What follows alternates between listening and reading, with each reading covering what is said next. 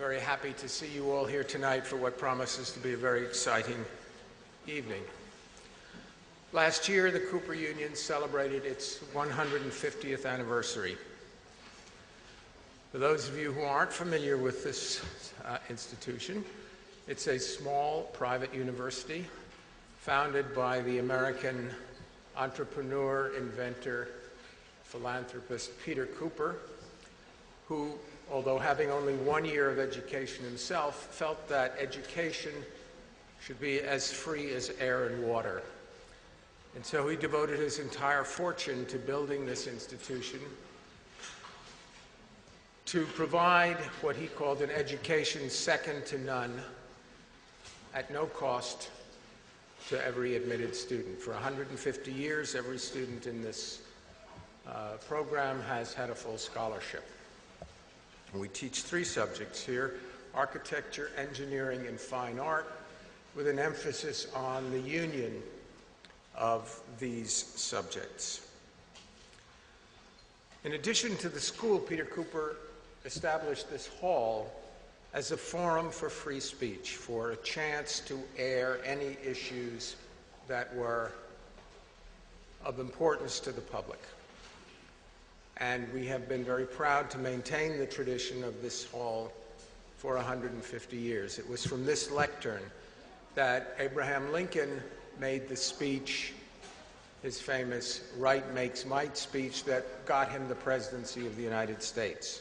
And we've had 8 other American presidents, including Barack Obama, speak from this platform as well as heads of state and many very controversial figures as well. We've had, over the past year, we celebrated our anniversary with a series of events celebrating some of the most controversial people who've spoken here: the abolitionists, the women's suffrage campaigners, radical politicians of every sort, anarchists, atheists.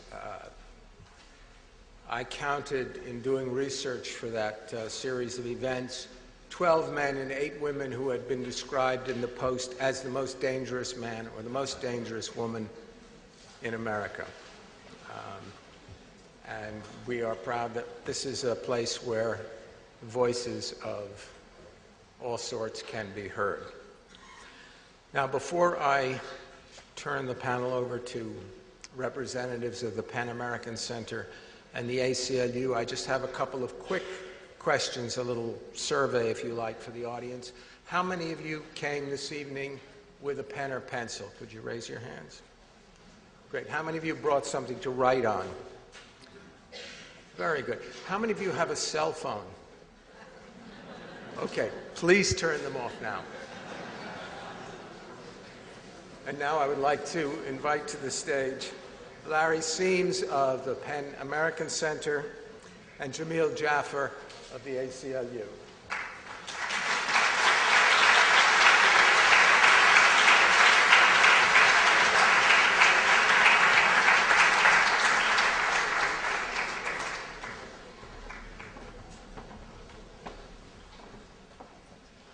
Good evening.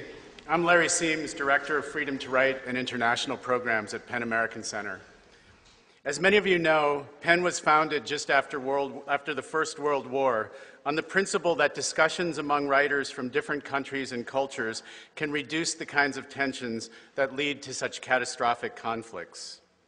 That we are all here tonight is largely because of our commitment to that principle, a commitment we share with the American Association of University Professors and the American Academy of Religion, our co-plaintiffs in the lawsuits challenging the exclusion of Tariq Ramadan from the United States, and of course with the ACLU, which so brilliantly argued our case. On behalf of the AAUP and the American Academy of Religion and all the members of Pan American Center, I want to thank Jamil Jaffer, Melissa Goodman, and everyone else at the ACLU who defended our right as Americans to hear a full range of voices and ideas, and our ability as PEN to carry out our work.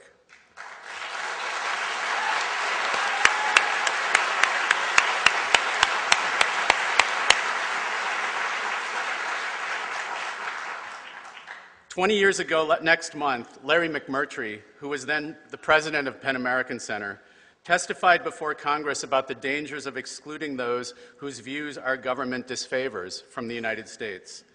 Emphasizing the importance Penn assigns to discussions such as the one we will have this evening, McMurtry said, "Because we are writers, we know that reading one another's work is vital, but we also know that meeting one another face to face in free discussion and debate is vital too.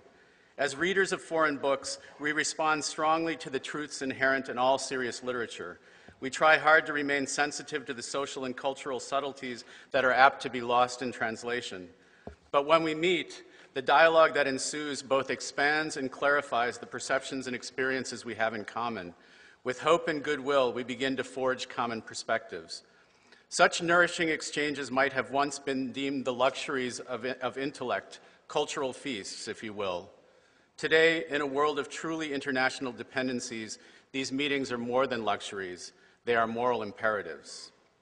At the time, McMurtry was talking about the effects of the McCarran-Walter Act, which kept many of the world's leading writers out of the United States because of their allegedly communist or socialist views. Our lawsuit challenging the ban on Professor Ramadan was a response to a new wave of exclusions after 9/11, in which scores of prominent international writers and activists had their visas canceled and were barred from entering the U.S. We are extremely grateful to Secretary of State Hillary Clinton for reviewing Professor Ramadan's case and making it possible for all of us to be here this evening.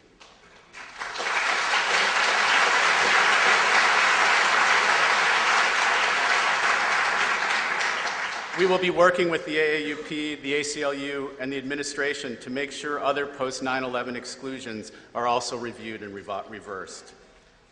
I do feel a little bit freer this evening. Tonight's topic is timely and serious, but this event is also a celebration. I'm going to turn this over to Jamil now, but before I do, I have to thank Cooper Union and our co-sponsors, the ACLU and the American Association of University Professors, and Slate for making tonight's program possible. Thanks to Jacob Weisberg and our outstanding panelists, and many, many thanks to all of you for your patience and for joining us this evening. Jamil?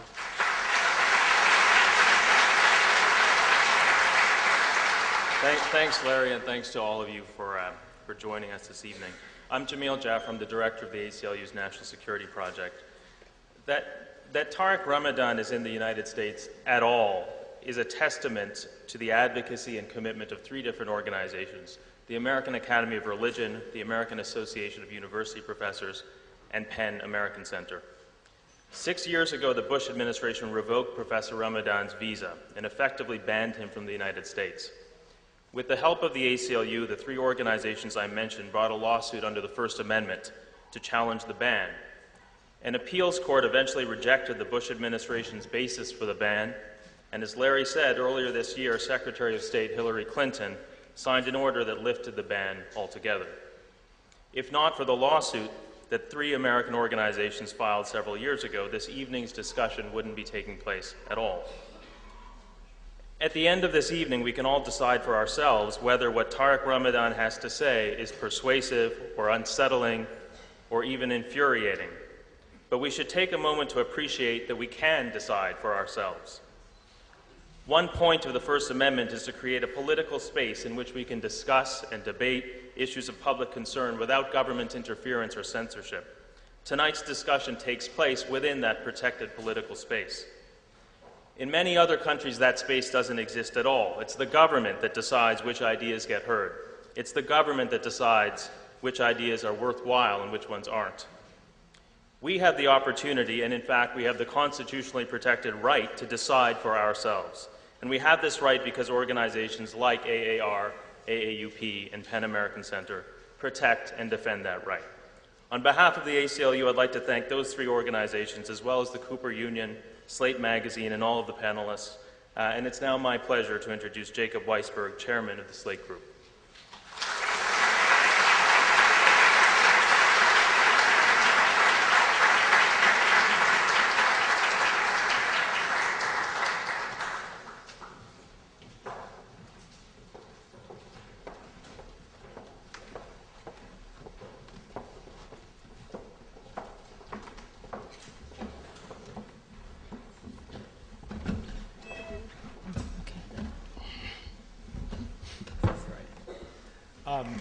I want to thank Jaleel for the introduction. I want to welcome everyone here tonight, and I want to thank Penn and the ACLU and the American Association of University Professors for doing the work that made tonight's event possible, both over the past several years in pressing the suit to allow Professor Ramadan to enter the country and in organizing the event tonight.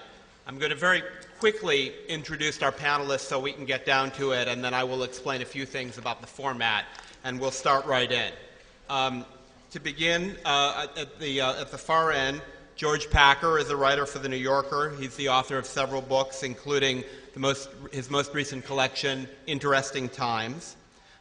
Dalia Mogahed works for the Gallup organization. She's the co-author of a book entitled Who Speaks for Islam? Professor Ramadan needs no introduction. I think you all know who he is. Joan Wallach Scott is a sociologist, and historian. I was getting to that. She's at the Institute for Advanced Study in Princeton. She's also the author of the book The Politics of the Veil, and she is former chairman of the Academic Freedom Committee of the American Association of University Professors. Now, as I think you all know, this is Professor Ramadan's first appearance in front of a United States audience before he was denied a visa by the Bush administration, which, as Jaleel and Larry were saying, denied all of us a chance to hear from him directly for a period of years. So the focus tonight is going to be on him and his views. And here's the format we've all agreed to for tonight's discussion. Professor Ramadan is going to give some opening remarks for about 10 minutes. Then I'm going to give each of our panelists 5 to 10 minutes to respond to his remarks, ask him questions. We may ask each other some questions. Then I'm going to take around 10 minutes to ask him some questions myself. We're going to save a half an hour at the end for questions from all of you in the audience. And here's how we're going to do it. David asked if you had pens and paper. The reason for that is we want you to write your questions down, and we want you to pass them to the aisle.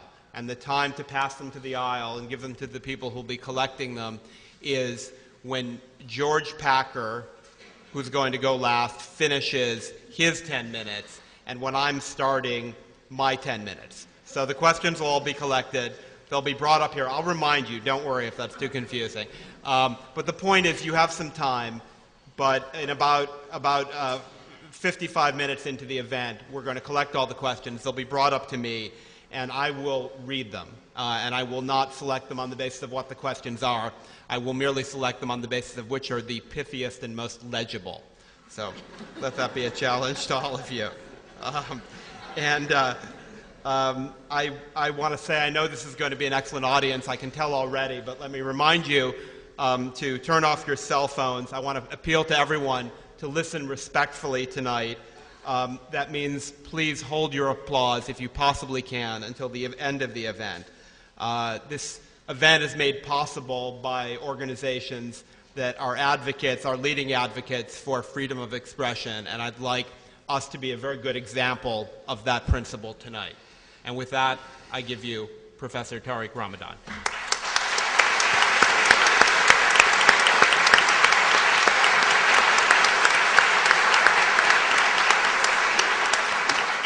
Thank you. Thank you so much for being here this evening. And I want to start. This is, I just arrived yesterday. This is the first time I'm talking after 6 years of being banned from this country. So let me start by thanking first the four organizations that were supporting me during this 6 years, and especially, of course, with ACLU, as Jamil and Melissa. They did a very great job, and I want to thank them. With AAR, of course, PEN and AAUP. From the very beginning, these organizations were supporting me, and they were in touch with me saying that what is happening in this country is wrong. It's wrong in the light of the American values and our common values and our common dignity. So this is something which is for me quite important, to thank them, but also to thank all the people who were in touch with me from the States and inviting me for video lecture, conference, saying we are not going to accept that. This is wrong and this is not the way forward. I want to thank them, and I want to thank all the people also who are here and not here, but also these people who did not agree with me, who have read and say, no, we don't agree, but still said the decision of the American, the Bush administration was wrong. I want to thank them because for me, for now and for the future, these are the people showing the dignity of the country. We disagree, but you should come. You should be able to speak, and you should be able to say what you have to say. So thank you for this support, and thank you for being here. In the room here this evening, there are also people that I want just to mention. So many, but I don't have time. But there is with me Muna Ali, who is my assistant here, without whom it would have been impossible for me to do the work I have been doing. So thank you for your support from the very beginning. And our journey started 10 years ago when I came here in the States. Cynthia Reed, she's here, and she is my publisher. And once again, for your trust and your company during this last years, thank you so much for being here, you and your husband. And I just heard that one of my friends also who was supportive from the very beginning, Benjamin Barber, is here. So once again, thank you. And I have so many other people to thank, but let me come to the point of our discussion here this evening. It's mainly what we are talking about, it's mainly about secularism, Islam, and democracy, and it's our situation in the West. A few years ago, when I started to think about our presence in Europe and in the West, I stopped speaking about Muslims in Europe and Muslims in the West by saying we are European Muslims, we are Western Muslims, and it's completely different. The difference is that we are not here in a host country. We are at home, and Islam is a Western religion. Why? Because we have citizens in Europe, citizens in the States, citizens in Canada. They are citizens, they live as citizens, they abide by the law, and they are making it the reality of our time. So this is the starting point of a mindset that we have to change. And I got reactions coming from Muslims saying, no, no, no, you have to speak about Muslims in Europe. I say, no, I'm European by culture, Swiss by nationality, and Muslim by religion, and all this is fine. There is no contradiction. So the point for me, the starting point of our discussion is this, and not only to rely on perceptions, because very often, just after September 11th in this country, you had President Bush speaking about the Muslims in a way which was us versus them. They don't like our values. He was speaking about the extremists, but implicitly the message that we got is there is a problem with Muslims. And still what we have now in our European countries, as well as here, it's still, when we speak about Muslims, it's as if we don't speak about true Americans, true Europeans. They are still the other within, the outsider within. So I would say that this is the starting point of our discussion. So how can we change the mindset? Is to go from perceptions to facts and figures. And what we have now is millions of Western Muslims are getting the 3 L's that I'm mentioning in the last book, What I Believe. The first one is that they abide by the law. So they don't have a problem with the secular system. If we understand the secular system is not against religion, is to make it clear that we are distinguishing power and authorities. That the state, the power of the state, is something which has nothing to do with the power of the authority of religion. The private sphere is where we decide for ourselves, so we don't have a problem with this as Muslim citizens. We abide by the law, and this is the first L. The second L, which is everywhere now in all the European and the Western countries, and this is the case here in the States, is that we speak the language of the country, and there is no problem with this. So look at what is happening with the second, third, and onward generations now. They are American, they are European, and they speak English, German, French, as all the others. They are citizens of their country, abiding by the law, speaking the language. And then there is something which is quite important, and this is the starting point also of our discussion. This is where I got the problem which pushed an administration to ban me from the country, is that we are loyal to our country and loyal to our values. What does it mean to be loyal? It means that I'm loyal to my country when I'm a committed citizen. And when I'm a committed citizen means that when I agree with my government, I'm going to support it. But when I disagree, in the name of my free citizenship, in the name of my freedom of speech, I should be able to say that's wrong. I should be able, for example, to say that to go to Iraq is wrong. I should be able, for example, to be involved in anything which has to do with social injustices or anything which has to do with discrimination, racism, unemployment, and international issues. This is the only way to be loyal as a citizen, is to be critically, constructively loyal. And the great majority, and it's huge, if you speak with all the governments around Europe and in the West, they will say, we don't have a problem with the great majority of the Muslim citizens. So they abide by the law, they are loyal, and they speak the language. So this is something which is quite important for us. And this is why I'm speaking about the post-integration process, saying now it's time not to speak about integrating or being integrated, it's to speak about contribution. What do you give to your country? In which way you are providing something? Which is the step forward? Which is you, when you give something, the people are not asking where do you come from. They want to know where we are going together. So this is what is happening now. And look at what is happening with the citizens in America, in Canada, and in Europe. If you look at facts and figures and what they are saying, they feel that they are Europeans. The perception is, oh, they want mosques not to integrate. It's exactly the opposite. They want mosques, they want organization, they want institutions, in fact, to be really Europeans, really Americans and Canadians. So the point is that if we rely on facts and figures and we listen to the people, they feel at home, and more young generation, young Muslims and new generations are showing or paving the way towards this reality of contributing. And not only this is a reality, but if you also look at facts and figures, you will see that the driving force is very often women. Muslim women who are paving the road, who are involved in the process, through education, through their critical thinking and their presence, saying exactly the opposite of when you look at the way they dress, you may think that they are oppressed. But if you listen to what they think and the way they are involved in the Muslim communities now, you are just getting a sense that there is a new leadership, that there is empowerment here, and we have to respect this. And this is what I have been promoting for the last 20 years. Let me add something which is quite important for all of us, that if you ask someone, what are you first? Are you first an American or are you first a Muslim? Let me start by saying it's a silly question. I don't want to answer a silly question. I have multiple identities. If you ask me about me when I'm going to vote, I'm a Swiss. If you ask me who I am when I'm dealing with my own death, I'm a Muslim, because this is where I'm putting the meaning of my life.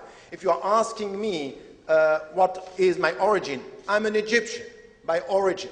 So I have multiple identities. And mind you, don't reduce yourself to a specific exclusive identity. You know what it means? That you are becoming a poor mind if you only think through an exclusive identity. We all have multiple identities, and the priority could change depending on the environment and what we are doing. So this is why when we get that sense, we need to have a sense of, a kind of confidence in our identities, but at the same time humility. Humility means that we should hear and we can learn from people around us, that we can take from others. So as a Western Muslim, I can take, and I am taking from the surrounding society. The fact that I was born and raised in Europe is something which is quite important. I took a lot from the European culture. I'm European by culture. And it's not a problem to be a Muslim and a European by culture. And it's not a problem to be an American by culture and a Muslim by religion. It's not a problem. And I'm adding and with humility, I'm taking from the people around me. But to take means to listen to. It's to have this positive attitude, which is people around me coming from different backgrounds and coming from different religions can add. And this is a very important question for the American society. It's a very important question for all the Western societies. Do you think that your Muslim citizens could add something, contribute something? Can you learn from them? I ask you the question. Not in the past by saying, oh, it was a great civilization. It was. Who you are now is something else. But you were good. You are great. And some Muslims are playing exactly the same game by speaking about the past. I think it's quite important here to speak about this multiple identity. Humility, it's important. Respect, it's important. And a sense of consistency. The most important danger, the deeper danger that we are facing, the threat for our societies, this is what I'm saying in Europe, and this is what I'm saying to America, is not the Muslim presence. It's because we are scared of this Muslim presence, is to betray our own principles. Is to be able to discriminate. Is to be able to legally discriminate by saying, oh, they want to colonize our countries. They are not ready to be Americans or Europeans. They are colonizing. So we come with a very restrictive understanding of our common law. The secular system was to integrate diversity, not to exclude. It's not us versus them. It's us together in the name of the common law. So let us be consistent, humble in the way we look at things, and also full of respect. So with this, and let me just conclude with this is the vision for me for the future, is to be able to say, let us look at facts and figures, the dimension of contribution, and also these multiple identities based on a very deep understanding of what humility means, respect and consistency. But still, we should not be naive. There are challenges ahead. And the first one for all the Muslims, and I have been saying this, and this is why I'm also having some problems within the Muslim communities, is that we have to come back to our texts. We have to come back to our sources and to come with a critical thinking by saying what we are repeating for decades may be wrong. We may have to reassess our understanding in the light of the new environment. And we should do this in the West as well as in Muslim majority countries. This is why in the book Radical Reform, I'm crossing the board. I'm saying these are challenges for all the Muslims living in the contemporary world, not only for Western Muslims. But for Muslims living in the West, they have the opportunities and they have the space to be able to promote the thinking and also to be connected to Muslim majority countries. So there is no way to cut ourselves from the Muslim majority countries and the Muslims living there. It's an ongoing dialogue, but it's a challenge on women, on the understanding secularism, on understanding the very meaning of separation of authority and not connecting these to the past, to colonization, to something which is against religion. It was not, it should not be, and these are challenges. The second thing which is really important for us here, and I am advocating a new we, and the new we is look at this room.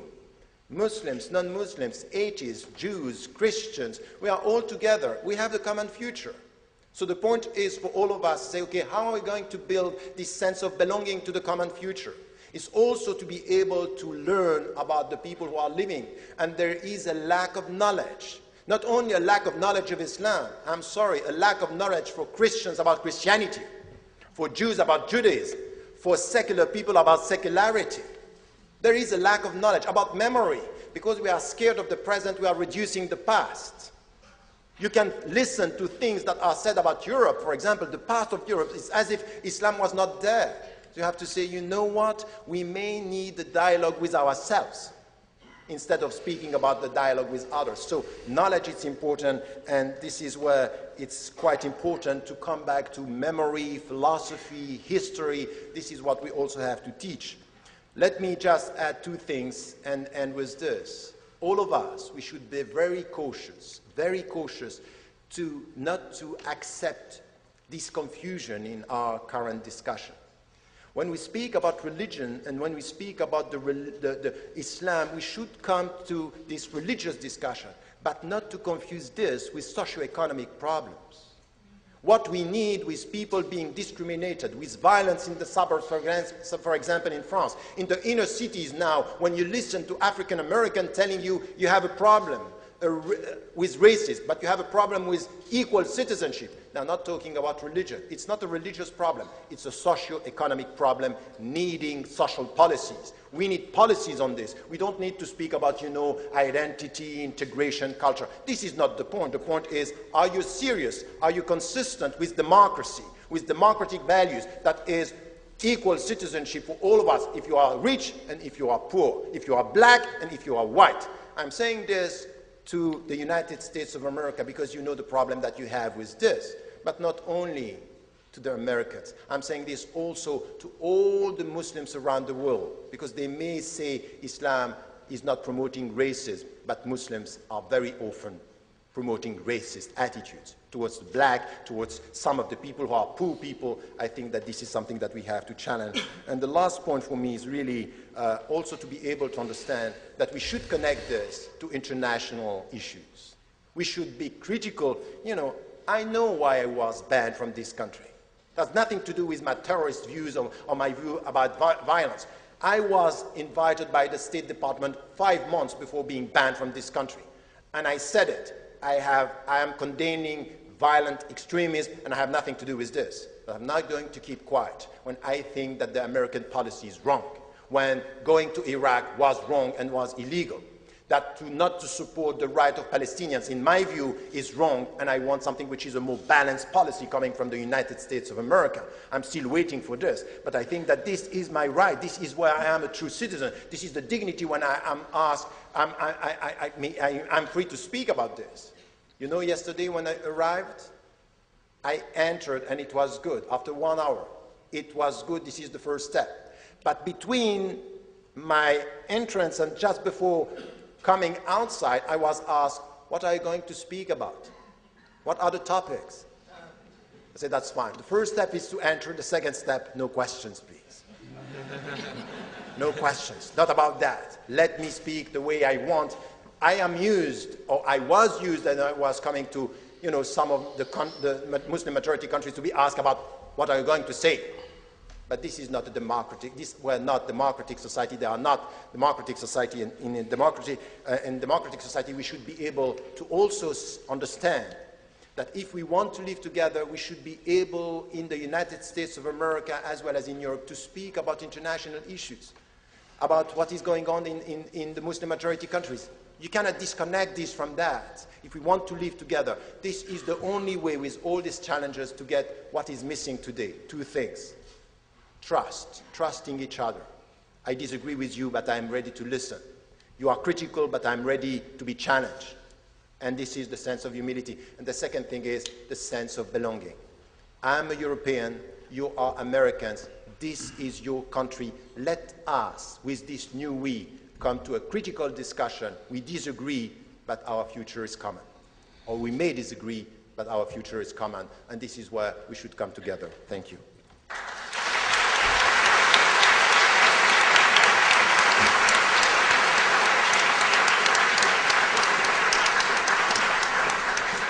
Thank you, Professor Ramadan. I'm going to turn now to Dalia Mogahed, and I want to begin by asking you a question as an expert on Muslim public opinion, and perhaps Professor Ramadan will want to respond to this as well.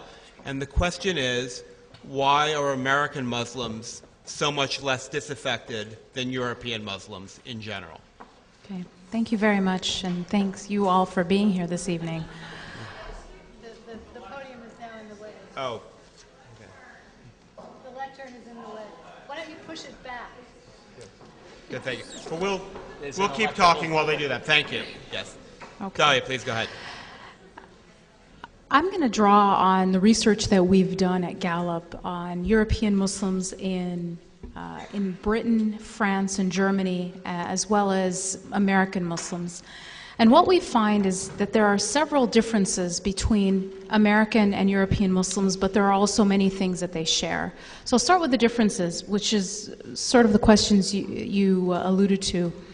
Muslim Americans are, on average, more educated and more affluent than the general public. Muslim American women, for example, are among the most educated women in America. In fact, just second to Jewish women in their level of education. They have no gender gap between Muslim American men and women.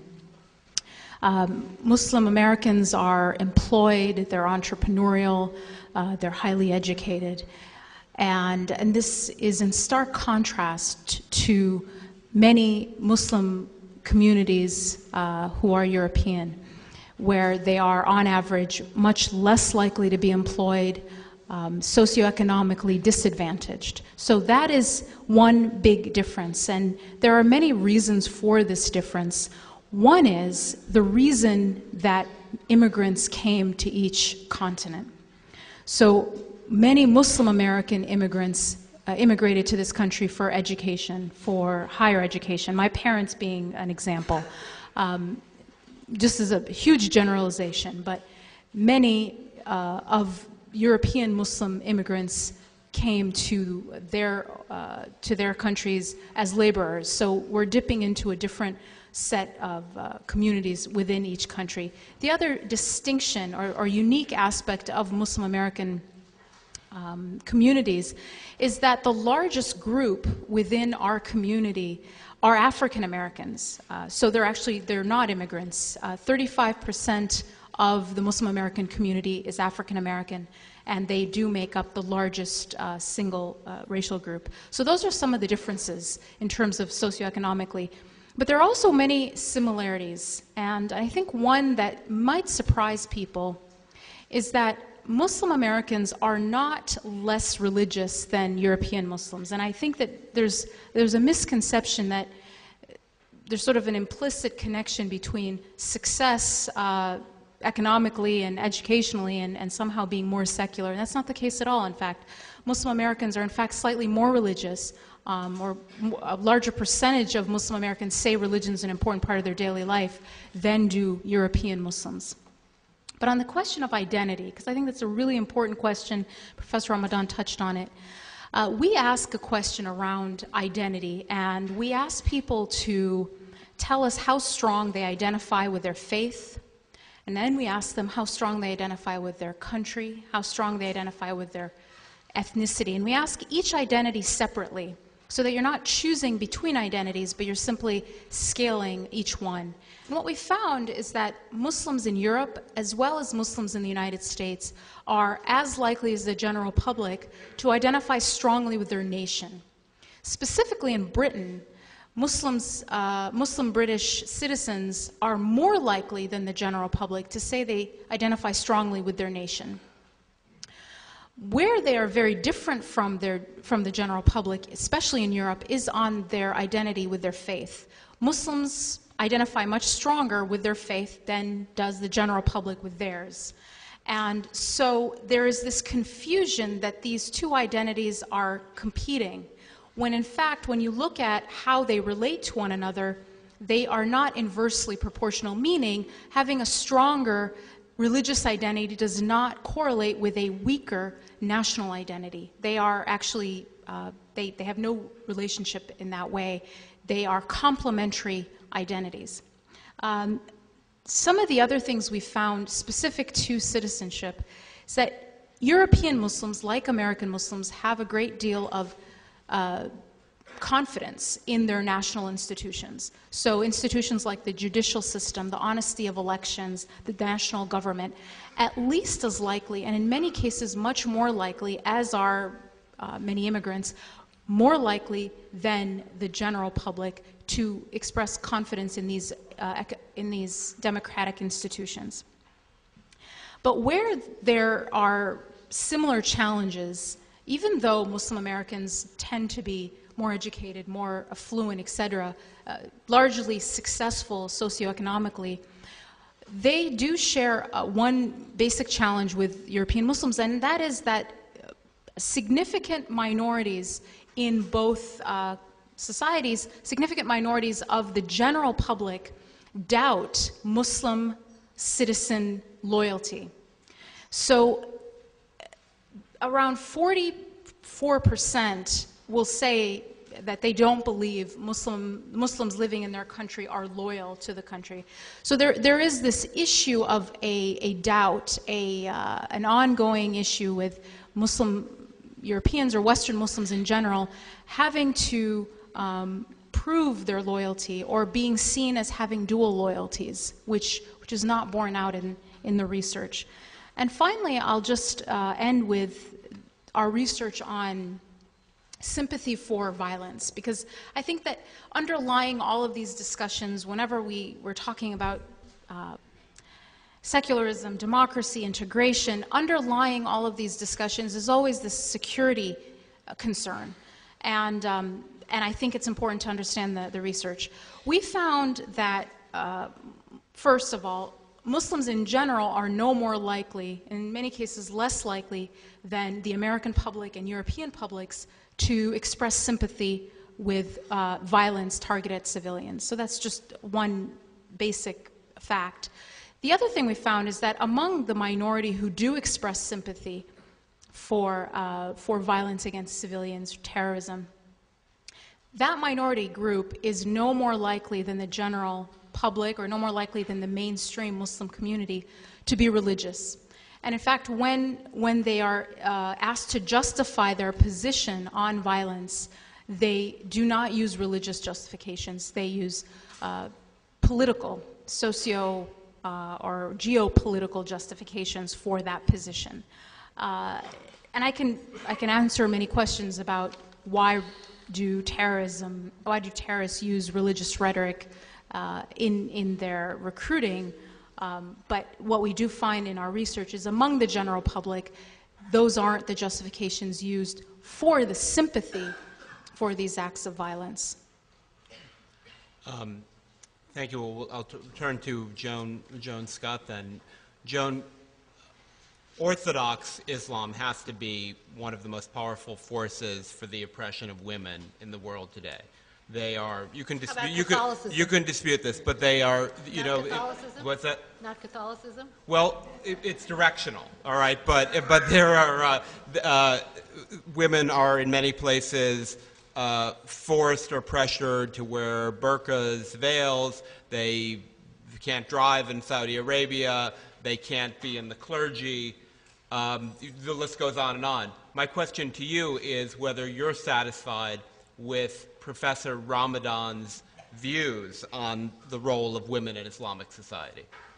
Okay, well, we haven't heard them all exposed tonight, but I think for a feminist, and I certainly consider myself a feminist, the question of gender equality is not a straightforward and obvious one in these discussions.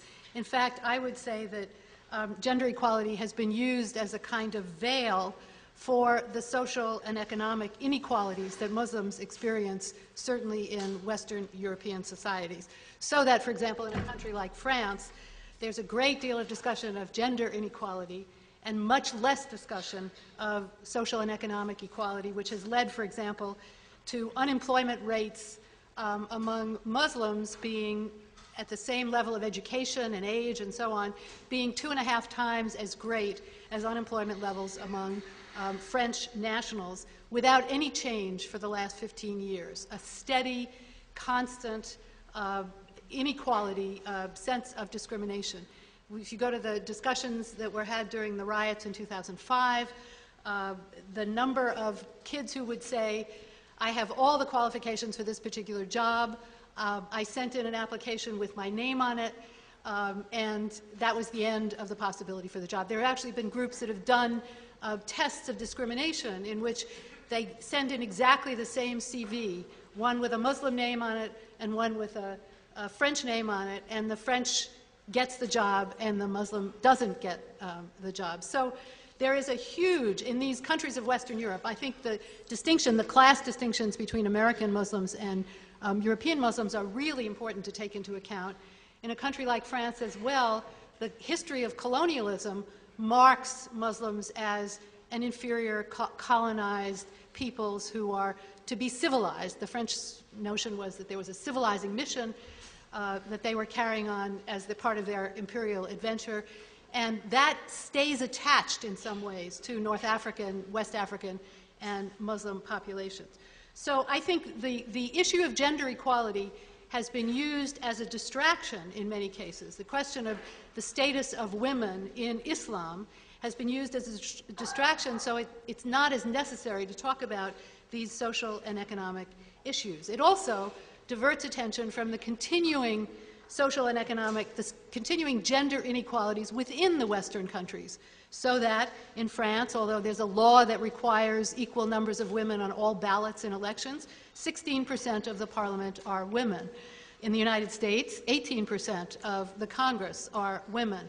And we could go into salary differentials and all the rest of it. That all gets put aside or neglected in the contrast between the equality that we supposedly experience and the equality that they don't have.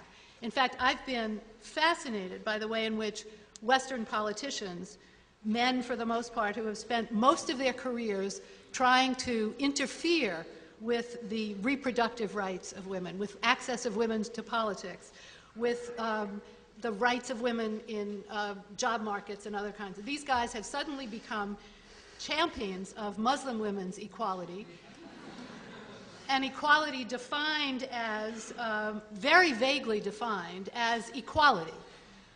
But if you ask what exactly is meant by equality, well, it's not wearing a headscarf. It's not wearing a burqa.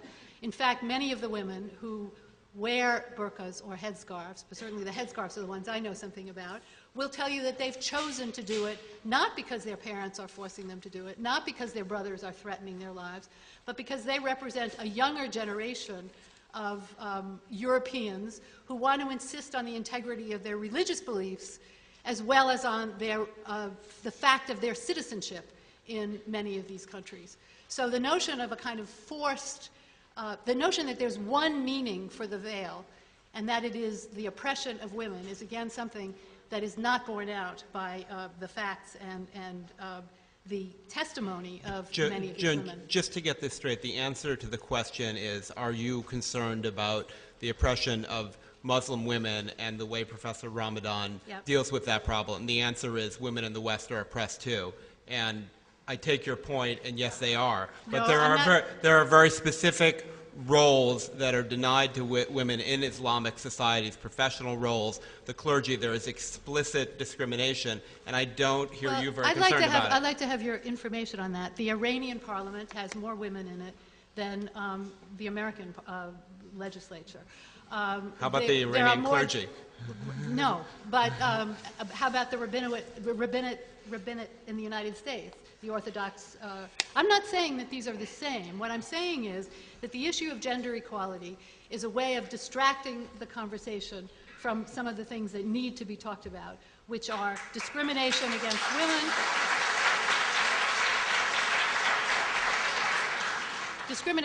women, in the West, and discrimination against Muslims in many of these Western countries. Okay, but I still have a question. I do have a question that I'm going to get to, because in my own sort of secular feminist thinking about these things, obviously questions come up that are disturbing, but they have to, it seems to me the questions have to be asked within the context of a nuanced appreciation of the way in which the issue of gender equality is being instrumentalized for political reasons that have very little to do, in the end, with feminists' goals on either side of the question. So the famous issue that Professor Ramadan is always accused by President Sarkozy of France and many other people as well of ducking on is the question of the stoning of adulterous women.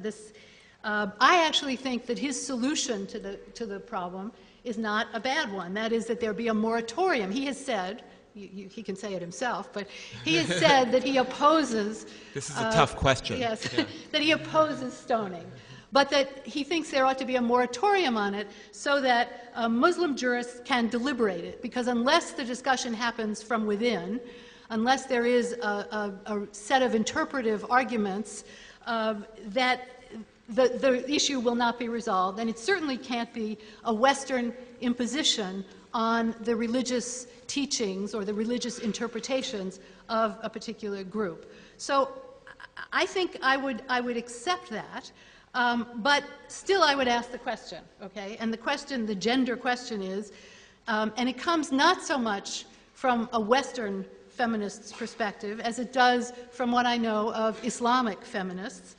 And my question is, exactly what role would women have in these conversations about the ending of stoning?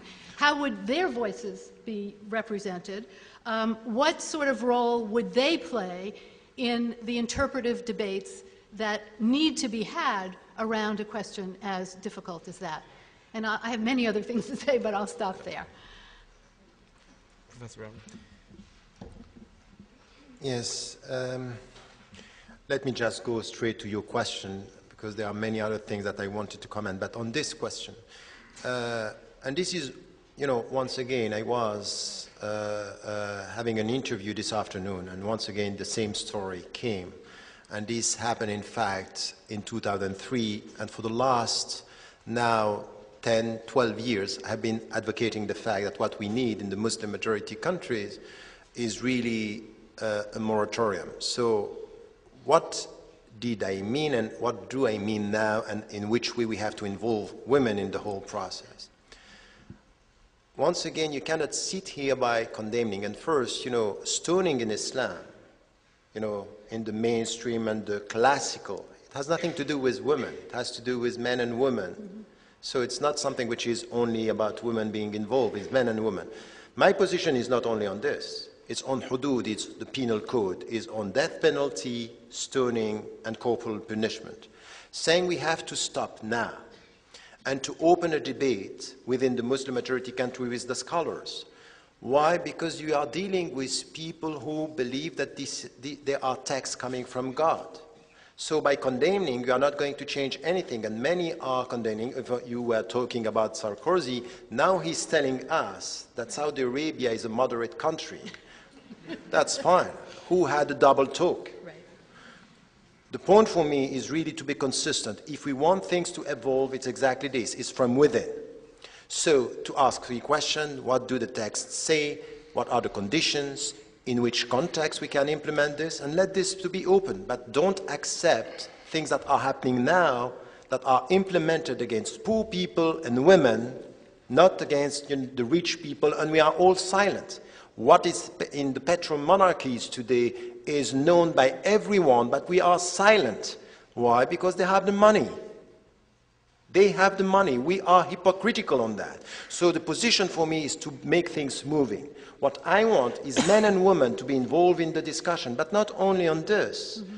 In everything which has to do with, religious discussion on contemporary issues. So, for example, in the last book on these issues, on the fundamentals of Islamic law and jurisprudence, the book Radical Reform, I'm advocating specialists in every specific field, men and women to be involved. Of course, in the gender equality we need, but not only this. I don't want the women to speak only about women issues. And it may be that for me, I said it and I repeat this, one of the most important problems women have within the Islamic tradition is men. And that's not only true. No, but it's not a joke. It's not only true of the Islamic tradition. It's not a joke. It's really not a joke. It's really something which is critical. This is where we have to talk about involving people in a critical discussion on this, because there are cultural projection, reduction of the text to something which is a literal reading. So I would say the way you were portraying the Muslim majority countries, I would say that, yes, we have many problems. But we have to go beyond only, repeating some of the stories to come to see what is happening in Muslim-majority countries as well. And I can tell you that in many Muslim-majority countries, even in Saudi Arabia today, you have trends of women being more educated, more involved, and challenging this patriarchal, macho authority, which is a reductive take on the scriptural sources, on the Quran. You also have to listen to them. They may say, we don't want westernization, but we want freedom.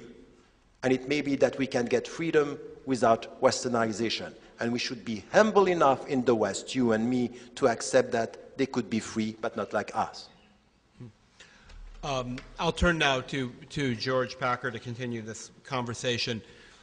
George, there are 2 persistent criticisms of Professor Ramadan, which you encounter if you start to read about him.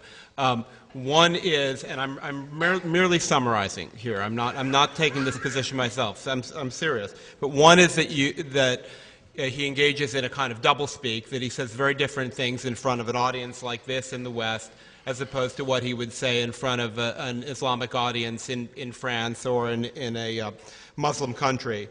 And the other one is that in his desire to accommodate everyone, both liberals and Orthodox Muslims, he sort of evades hard questions and conflicts and fundamental tensions between an open society and religious fundamentalism. And I wonder if you, as someone who has looked at this, thinks either of those criticisms is justified, and perhaps you can ask him some questions yourself that'll help us all form an opinion about that. Okay. Well, first, I want to welcome you to the U.S.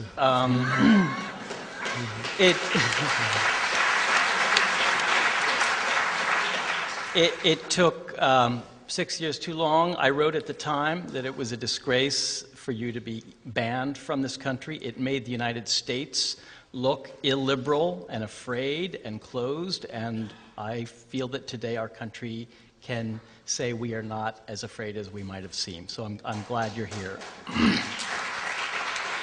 I don't buy the argument that Professor Ramadan is two-faced or speaks out of both sides of his mouth or says one thing to one audience and another to another. I just don't see any evidence of it. And there is evidence that he says the same thing to every audience. There's a very good profile written by my wife about Professor Ramadan, which I've read a few times. Apparently, she's the only journalist who ever accompanied him on his speaking appearances in mosques and community centers in France. And she found that he was telling them anti-Semitism is a terrible thing and it is to be avoided and there should be no, et cetera, et cetera. So her findings and everything I've read of his tells me that it's an open book. There's not a hidden agenda. In fact, there are many open books. He's prolific. The second question, I don't know the answer to yet, and I'm going to use tonight to try to get an answer. You said part of being here is to be challenged. So I want to ask you two questions that are challenging questions, and partly in order to answer, or to try to begin to answer Jacob's second question. One of them is a historical question, and the other is a philosophical question. And they may seem like they're about far away or ancient things, but I think they're relevant. And they're really about the foundation on which you're building a bridge. You are a bridge builder, and I think it is a good thing that you're doing that, and I think your bridge is going to lead to a better place than any of the alternatives that I can think of. But I worry about the foundation on which you're building the bridge. And to get to the historical question, which is about that foundation, a book is about to be published by the writer Paul Berman called The Flight of the Intellectuals. And there's a chapter in that book that's about the relationship between Hassan al-Banna, your grandfather, and the founder of the Muslim Brotherhood, and the Grand Mufti of Jerusalem, Hajj Amin al-Husseini. And the book describes Hassan al-Banna's tireless support for the Grand Mufti of Jerusalem in the 30s and 40s, and the convergence of their views on certain questions. For those in the audience who don't know, the Grand Mufti of Jerusalem was a leading collaborator with Nazi Germany. So willing a collaborator that he did a series of radio broadcasts from Berlin during the war in which he incited Arabs to rise up and kill the Jews. It was genocidal radio broadcasting along the lines of Hutu power in Rwanda in 1994. And it was only because of the accident of Rommel's defeat at Al Alamein that there was no chance for that to happen. Your grandfather, Hassan al-Banna, waged a tireless campaign of solidarity with the Grand Mufti of Jerusalem, managed to help him escape any war crimes trial that might have followed the war, and brought him back to Cairo after the war, and said upon the Grand Mufti's arrival, this hero who challenged an empire and fought Zionism with the help of Hitler and Germany and Hitler are gone, but Amin al-Husseini will continue the struggle. He said even more direct things, or wrote them. He wrote in his epistle to the young that Mussolini's Italy and the German Reich were models for the Muslim Brotherhood. And he wrote in his To What Do We Summon Mankind that Hitler and King Saud were also models for the Brotherhood. You've written about his life in your book, Aux Sources du Renouveau Musulman, which I've read. But you haven't written about these things. You have not gone into the detail that Paul Berman exhaustively goes into in his book. And it makes me ask, is there a limit to what you're willing to say or even to think? Is there a red line, which is your lineage, your heritage? I'm not attributing these views to you, and I'm not asking you to repudiate your grandfather. I'm asking you why you haven't condemned him for his association with the Grand Mufti and for these statements, which actually, they're not just ancient history, because one of your grandfather's followers, Yusuf al-Qaradawi, who preaches on Al Jazeera from Qatar, he's Egyptian-born, just last year said Hitler was sent by Allah as a punishment for the corruption of the Jews. I don't know if you condemned it at the time. You've spoken quite highly of Sheikh al-Qaradawi. So my first question is, do you condemn these things? Or is there a limit to the breadth of your ethical vision? Let me ask the second question, and then we'll get to that. The second question is philosophical. Where do rights come from? That's my basic question. Are they inherent in being human, or do they come from revealed religion? Do they come from the texts, which are subject to interpretation by, as Jacob pointed out, usually male religious authorities? And it's an important question. It's foundational. It gets at your vision of what we are as human beings and as citizens.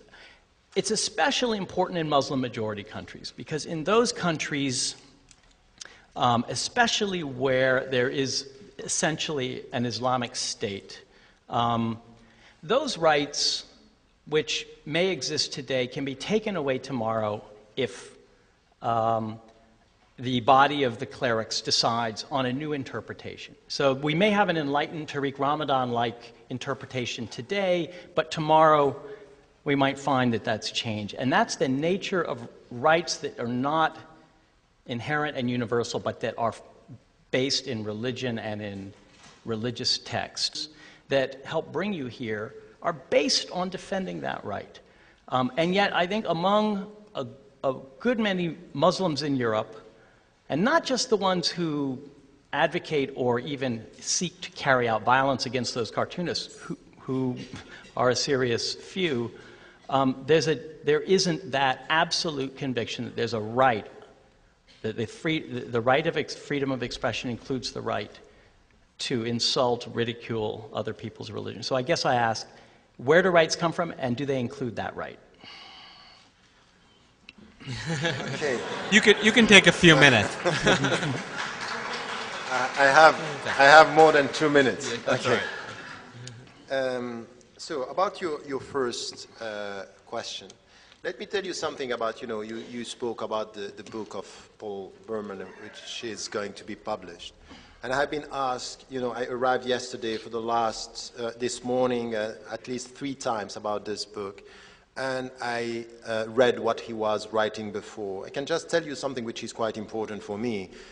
Mainly, I was expecting something else from someone from his reputation, because he's translating things that I have been facing during the last 20 years in Europe, about my grandfather, about the moratorium and all this. This is a book of translation from French to English of some of the points, and I responded to many of this. But on the specific point that you are referring to, and on my grandfather, once again, I said it. I'm coming from this family, and I am studying and I studied his life and what he has been doing.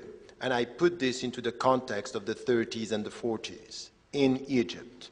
Many things that he was saying, for example, resisting the British colonization, educating the people, spreading, the message of Islam as something which was a resisting force. This is something that I respect. Now there are other things, and the organization, the hierarchy, these are things that I have been critical, and I said it. Now on this very specific point, if you can find me a true quotation, because this is what is in the book I wrote, that what Hassan al-Banna said about the Nazi and the fascist is this is the distortion of the European nationalism. And I quote this sentence in the book.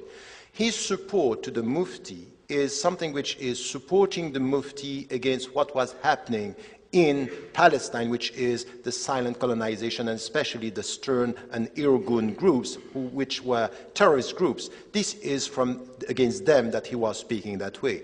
So we should also contextualize this. Now, anything which has to do from anyone, from my grandfather or anyone, supporting the Nazi or supporting the killing of Jews because they are Jews on anti-Semitism, I'm condemning it. So there is no limit from whoever is saying this. But I don't want wrong quotation and things that are not put in this very specific context saying, I'm supporting the Mufti in the name of Islam against anything which has to do with colonization and the creation of, he was against the creation of Israel. This is quite clear.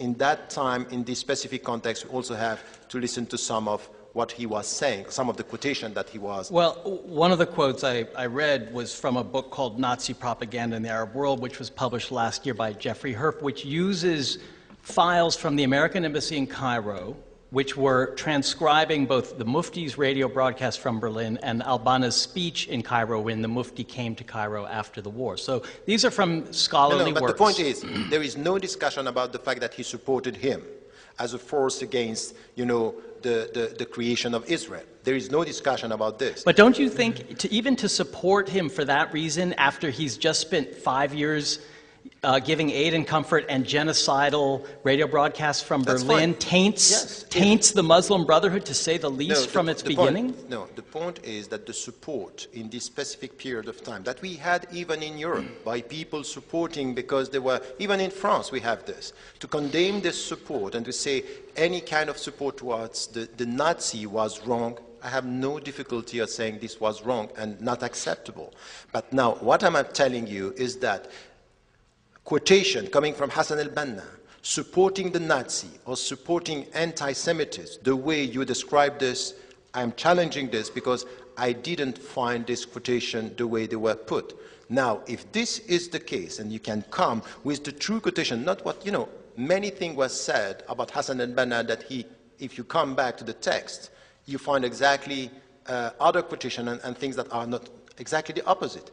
I came with the quotation when he's saying the fascist system is a distortion of nationalism, and this is not the way we should go. So on this point, to be clear, that I'm basing my position here on quotation, and if this is the case, if you can find it, I will condemn this. Now, the support of the Mufti in this specific situation, we have to contextualize, but the support of anything which has to do with supporting the Nazi system is something that I won't accept and I won't defend. I guess one of Berman's points is that in your Source du Renouveau Musulman, you mention Al-Banna's relationship with the Mufti, but you say nothing about the Mufti's years in Nazi Germany during the war, and it seems as if you're whitewashing that very important part of the Mufti's thought and action in order to let your grandfather off the hook, as it were. No, I don't think that this is right. I'm talking about the position of my grandfather towards Israel. And there are three things that I'm not hiding. He was against the creation of Israel at that time, and this was the position of all the Arabs. This is one. Second, he was using all the allies that he can get, but he never supported the fascist systems, never. This is what I'm saying, and this is true, and this is based on what he wrote, because there are 2,000 articles that were not published, that we have. He never supported the Nazi or the fascist system. This is not true. This is the second thing that I'm saying. And the third thing that I'm saying is that this also has to be contextualized. So it's not a book on the relationship with the Mufti and what the Mufti was doing. Now, if for you this shows that he's supporting the Nazi system, I think it's not enough. He was supporting the resistance towards what was the project of the creation of Israel. I don't like contextualizing a long-term alliance with a leading Nazi propagandist and collaborator. To me, there's nothing to contextualize. No, I think that this is not the way it should be put, because he was not, and once again, he was the Mufti of Egypt, the Mufti of Jerusalem. He decided his own strategy. Hassan al-Banna was not responsible of his strategy. He supported someone saying that Palestine should be freed from anything which was an attempt to create the state of Israel on that place. This is what was his position. Now you cannot, and if you should do this, you should do this even with the United States of America, that sometimes you have allies in very specific situation that you are not supporting all their views. It happened in the European history even with the resistance. So I would say that on that point, my text was not about the relationship, and what the Mufti was saying is that the very specific position, and the very specific position is that you cannot find in anything which was coming from Hassan al-Banna a support for the Nazi. But it's an illusion that worries me, because it suggests that to go down a road that would actually be difficult for you, that would be difficult for you, you pulled back, you retreated from that road because it would have raised hard questions about your grandfather and the Brotherhood. I think we've aired this issue very well. Let me just interject for 1 minute to say we want to give time for the audience to ask questions as well. Now is a good moment to take a brief pause. If you have questions written down, there will be some people circulating to collect them, pass them to the end of the aisle and then towards the front. And we'll keep the conversation while everyone does that quietly, I hope. Yes. Can I just ask George a question? What's that? Can I just ask George a question? Sure. George, your second question, which we didn't get to. I hope we will, yeah. Yeah, we'll come back but when to you it. say, where do rights come from, and Yes. you juxtapose revealed religious texts which have to be interpreted, or rights inherent in humans, what do you mean? I mean, it seems to me the notion of rights, historically, that notion of inherent rights comes from the Enlightenment. You're treating it in some ways as a revealed truth as well, when in fact it's a historically produced, it's humanly produced, historically produced, and equally open to interpretation. I mean, the Supreme Court, just to take one example, takes the Constitution, which lists what our rights supposedly are, and reinterprets it all the time. Well, so I think that I will answer that, but I'd first like to hear Professor Ramadan's answer to the philosophical question. Maybe I can frame the question in a slightly different way while we're collecting the questions. Professor Ramadan, I should say, welcome to America as well. And I'm sorry I neglected to say that at the beginning. I think all of us in this room, I'm sure, support the idea of a bridge between liberalism and Orthodox Islam. And my question is that kind of bridge possible, and how serious are you about providing it? And I think George's second question goes to that point. And I guess I would frame it a little differently in terms of religious tradition and liberalism. In all of the world's traditions, religious traditions, there are parts that don't reflect contemporary social practice. I mean, you can read Deuteronomy. It's true in Judaism and Christianity, in probably every faith, but in almost every faith there have been voices through history who have tried to accommodate the religion to contemporary social practice. And in fact, the way that religious thinkers have often done this has been by reinterpreting religious texts and saying that, in fact, correctly interpreted, that text does not require the stoning of women or permit polygamy or demand religious courts or so on and so on. And I guess my philosophical question for you is, where are you in the continuum between, on the one hand, the way you're sometimes described as a Muslim Martin Luther, who is an active participant in that reinterpretation, and on the other hand, the Muslim Jerry Falwell, who takes a literal position on text and says, yes, we have to accommodate our societies, but the law is the law, and the Quran says what it says?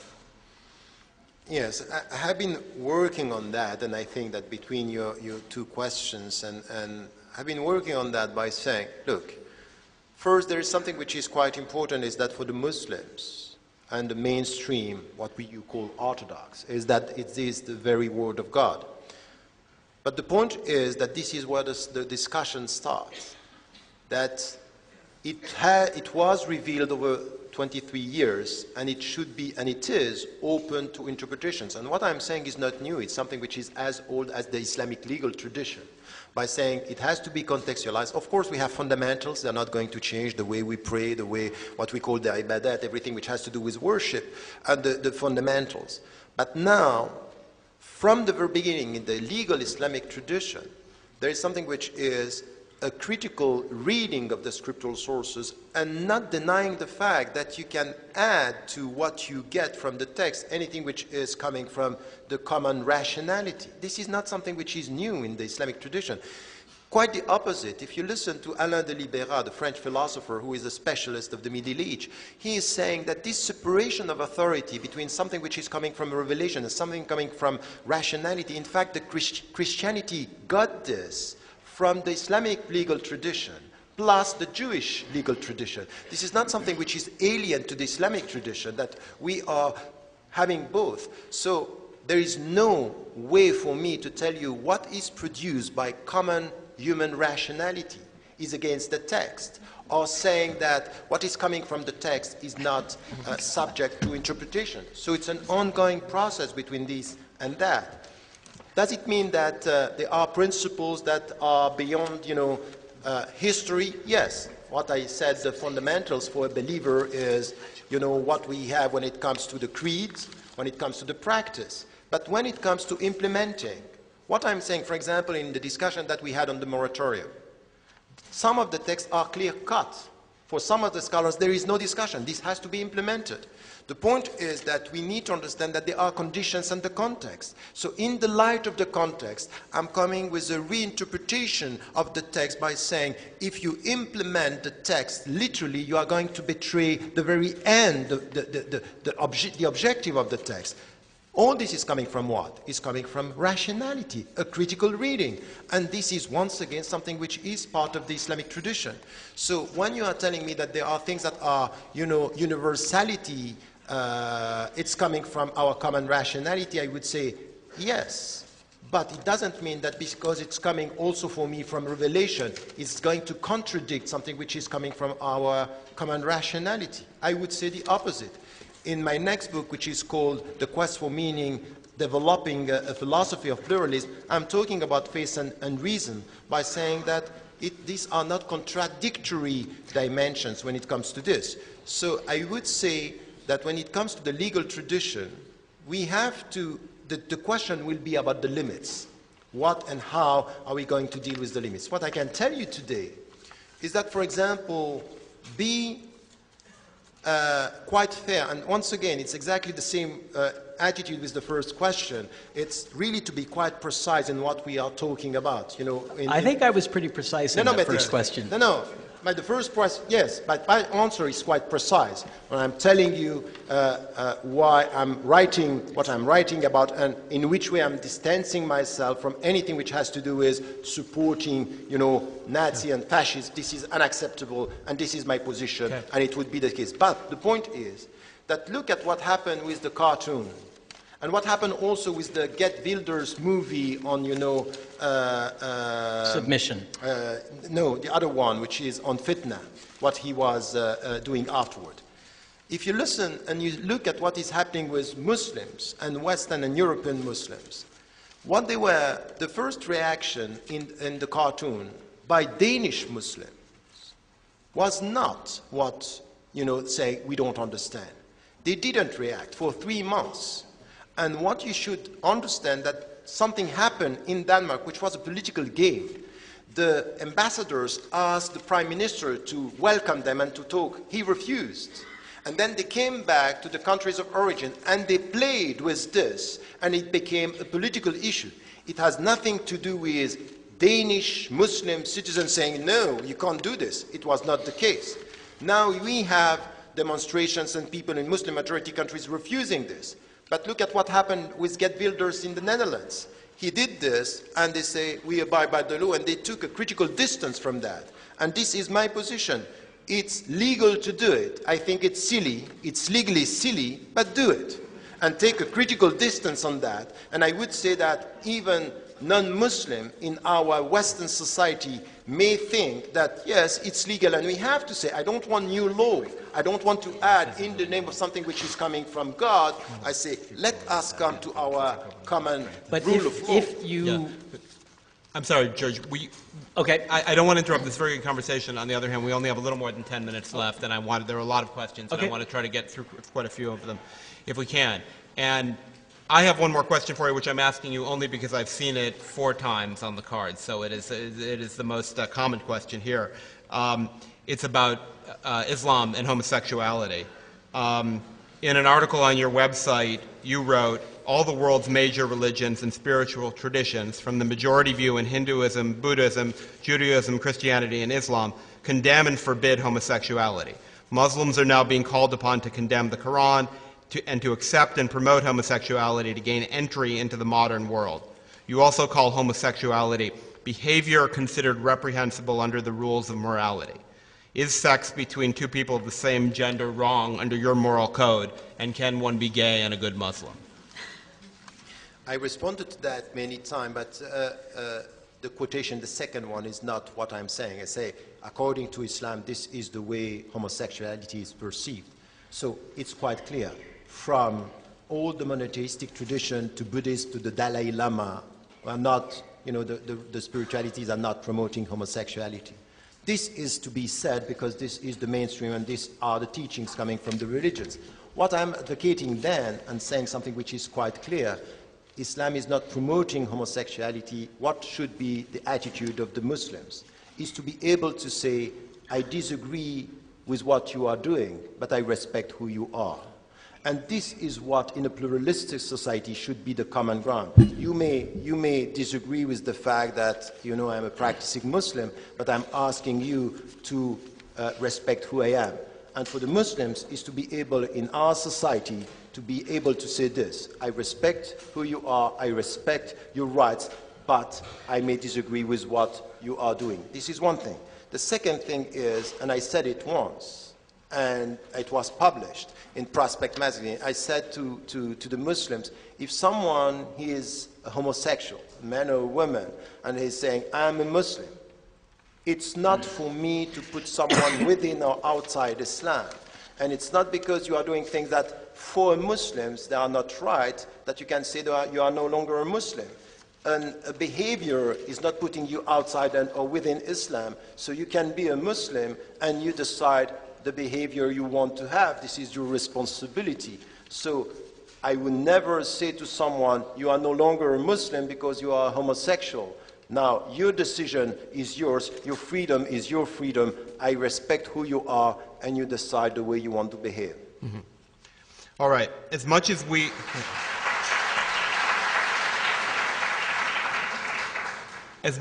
in the West are appalled by the treatment of Muslim women, Muslims are equally offended by our depiction of women in music videos and such. How do we get past these differences? Look, let us be serious about this. It's a very important discussion, because if you go to Muslim majority countries and even with within Muslim communities, the perception is that there is a lack of morality in the West, and there is an alienation of women in all this, fashion and music and all that. We have this. You cannot deny that this is there. On the other side, you go to you speak with your fellow Western citizens, and they have the perception that within the Muslim community it's all about alienation, submission, and oppression. Let us come to a critical discussion. While we are talking about what you were saying, when we speak about freedom, when we speak about autonomy, when, for example, in France, I'm saying about the headscarf, for example, look, the only right position for me is not for you to tell the woman the way they have to dress or not to dress. The only right feminist attitude is to say, you dress the way you want. But to do this, it's really about education, and it's about autonomy. It's about autonomy. Let the women be autonomous. Let them also, when they have the same job and the same skill, have the same salary. This is what I call true feminism. To speak about something which is deep, not the superficiality of our discussion. And then also to be able to say, I could be shocked by the way we are exposing, bodies and to sell music and cars the way we are doing. But I don't want to sit and to say, oh, this is because it's a decadent society. I want to do this as a human being, as someone who is trying to find a new way to dignify men and women. So I would say it's something which is a critical discussion, and we are not getting this discussion. We are not talking about the deep dimension of what it means to be a woman today. For example, my main problem in the Muslim majority countries is not about, rights and duties of women. It's really about being able to speak about women as a human being, as a spiritual being, as a woman who can be emancipated from her ego and being able to experience the spiritual journey. This is the main discussion for me. I don't want to waste my time into something which is, tell me the way you appear and I will know if you are free. I think this is silly. Let me let's hold applause, please, because I want to try to get through at least a couple more of these very good questions here. A similarly controversial non-Muslim scholar would not be allowed the same forum in most predominantly Muslim countries. Discuss this irony. What I'm saying to many Muslims is that what we have as to the reality of our life in Western countries is allowing us much more than what we have in Muslim majority countries. When it comes to freedom, when it comes to being able to speak and being able to move, to be able to, and more than that, when we speak about the objectives of the fundamentals of the Islamic tradition, it's about protecting dignity, intellect, protecting personal integrity. We are much more protected, and these principles are much more respected in the West today than in many Muslim majority countries.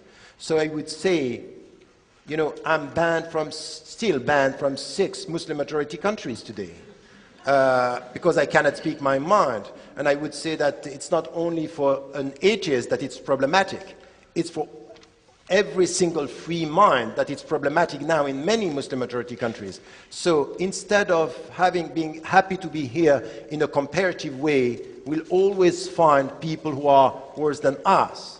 Let us be consistent. Let us from here, as Europeans or as Westerners, as people who are consistent with their values, ask our governments to be consistent with promoting democracy, which doesn't mean to go in Iraq to impose a model and to kill innocent people, but also to be able to speak to petromonarchies, to speak to people who have money, and to say, you should open up towards democracy in your country because this is the way forward. And I would say, I would support this. I am against our lack of consistency in the West, and I'm against anything which is instrumentalizing religion in Muslim majority countries or instrumentalizing secularism, for example, in some countries in the name of, freedom, and when you and what you have, you end up having dictatorships. I would say that I would be critical towards these systems the way I am promoting freedom here. What is your response to critics of Islam, such as Ayaan Hirsi Ali, I know you debated her in London, who claim that normative Islam is not inherently compatible with Western secular values? The problem I have with Ayaan Hirsi Ali is it's deeper than that. It's not about the criticism, because many of the things that she's asking or questioning about Islam, I think that we have to listen. They are legitimate questions, and it's good. The point is that what she's saying is that Islam per se is problematic. And Muslims, because they are Muslims, they are problematic. You cannot be a practicing Muslim and being open to democracy because it's a contradiction in terms. So you want to start discussing, but the discussion is over because, okay, I'm a Muslim, so what? So it's over. So you can't. And then she's spreading around mistrust about anything. If you come and say, I'm a practicing Muslim, I abide by the law, I'm a Democrat, I want freedom, I want to... No. Why? Because you are a Muslim. And by definition, Islam. So it's something which is a position which is very close to what I got from populist parties and racists. Targeting you because you are a Muslim, it means that the only way to be an open Muslim is to be an ex-Muslim. It's a problem. I have one more announcement, which is that there are books for sale in the lobby, and if you want to get your book signed, Professor Ramadan has written a lot of books. We've all written books. He's written more than all of us combined. But if you want to get them signed, you can buy your book outside and bring it up here. I'm afraid we're out of time. I know we had a lot more questions, but I really want to thank our panelists and Professor Ramadan for participating today.